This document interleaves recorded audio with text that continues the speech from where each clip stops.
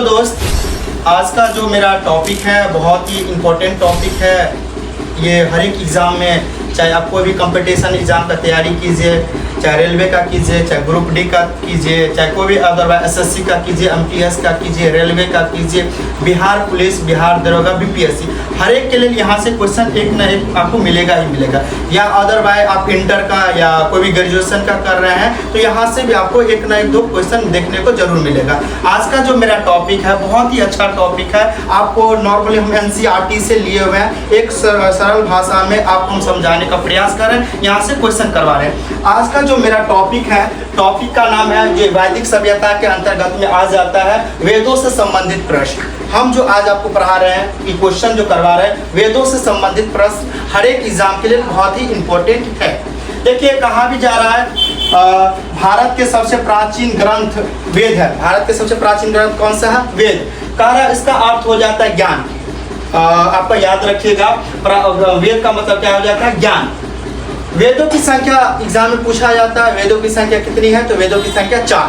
कौन कौन सा वेद है? ऋग्वेद, यजुर्वेद, सामवेद, अथर्ववेद। ये हो गई बात। इसके बाद कह रहा है ऋग्वेद, यहाँ से क्वेश्चन पूछा जाता है हर एक एग्जाम में।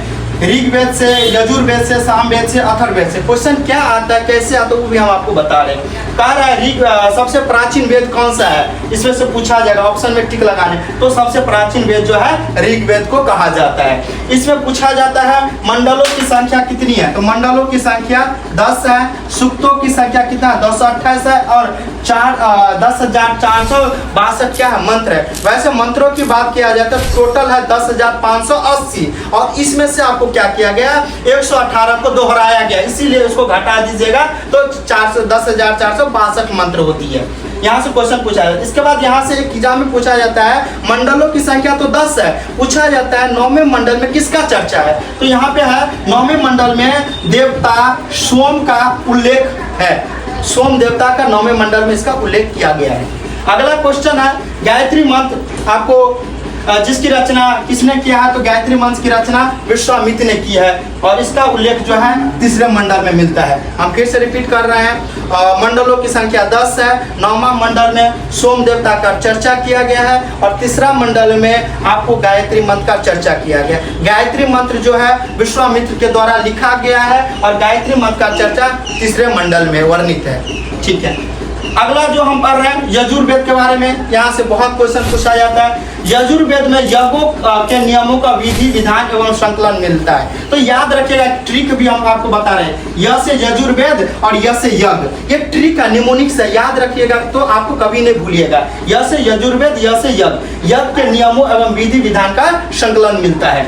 इसके बाद कह रहा है इसमें आप सब जो देखते हैं बलि प्रदान जो कहाँ से आया है, तो ये यजुर्वेद से ही बलि प्रदान लिया गया है। बलि प्रदान विधि का भी वर्णन है कौन सा वेद में? यजुर्वेद में। फिर कह रहा है सामवेद। सामवेद का शाब्दिक अर्थ हो जाता है गान। सामवेद का शाब्दिक अर्थ हो जाता है गान। 100 से याद रखिएगा, 100 से सामवेद हो जाता है और 100 से संगीत हो जाता है। तो कह रहा है इसे भारतीय संगीत का जनक भी कहा जाता है। तो जैसे इस प्रकार से हम बताए थे, य से यजुर्वेद, य से यज्ञों का नियम का विधि विधान का संकलन मिलता है, उसी प्रकार 100 से साम होता है, 100 से मतलब संगीत का जनक भी कहा जाता है। याद रखिएगा। अगला क्वेश्चन, ये तो भिविया भी कहा जाए, बहुत ही क्वेश्चन यहाँ से आता है, इसलिए टॉपिक हम लगा दिए मोस्ट भिविया। कह रहा है यह वेद सबसे बाद में लिखा गया। पहले ऋग्वेद को लिखा गया, इसके बाद सबसे बाद में अथर्ववेद को लिखा गया है। इसे आधुनिक वेद भी कहा जाता है, मतलब बाद में लिखा गया, मतलब अभी आधुनिक मतलब सब जानता है, इसको कहा जाता है।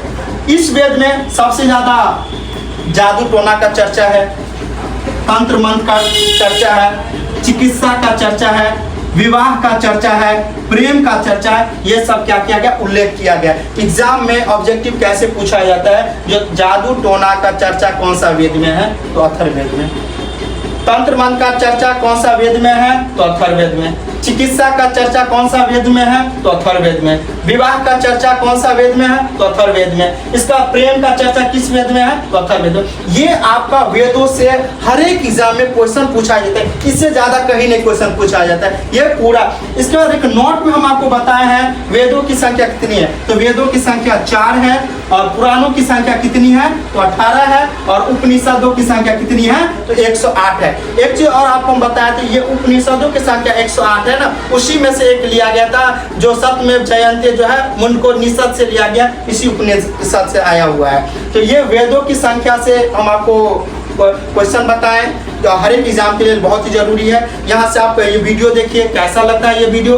और मेरा चैनल का नाम है bright future classes Ravinder sir, please subscribe कीजिए, कमेंट कीजिए जो अगला आप कौन सा टॉपिक पर वीडियो चाहते हैं। हम आपको बेसिक लेवल से एनसीईआरटी पैटर्न पे पॉइंट टू पॉइंट बनाने का वीडियो कोशिश करते हैं, और आप हमको सपोर्ट कीजिए और आप किस वीडियो पे चाहते हैं। Thank you.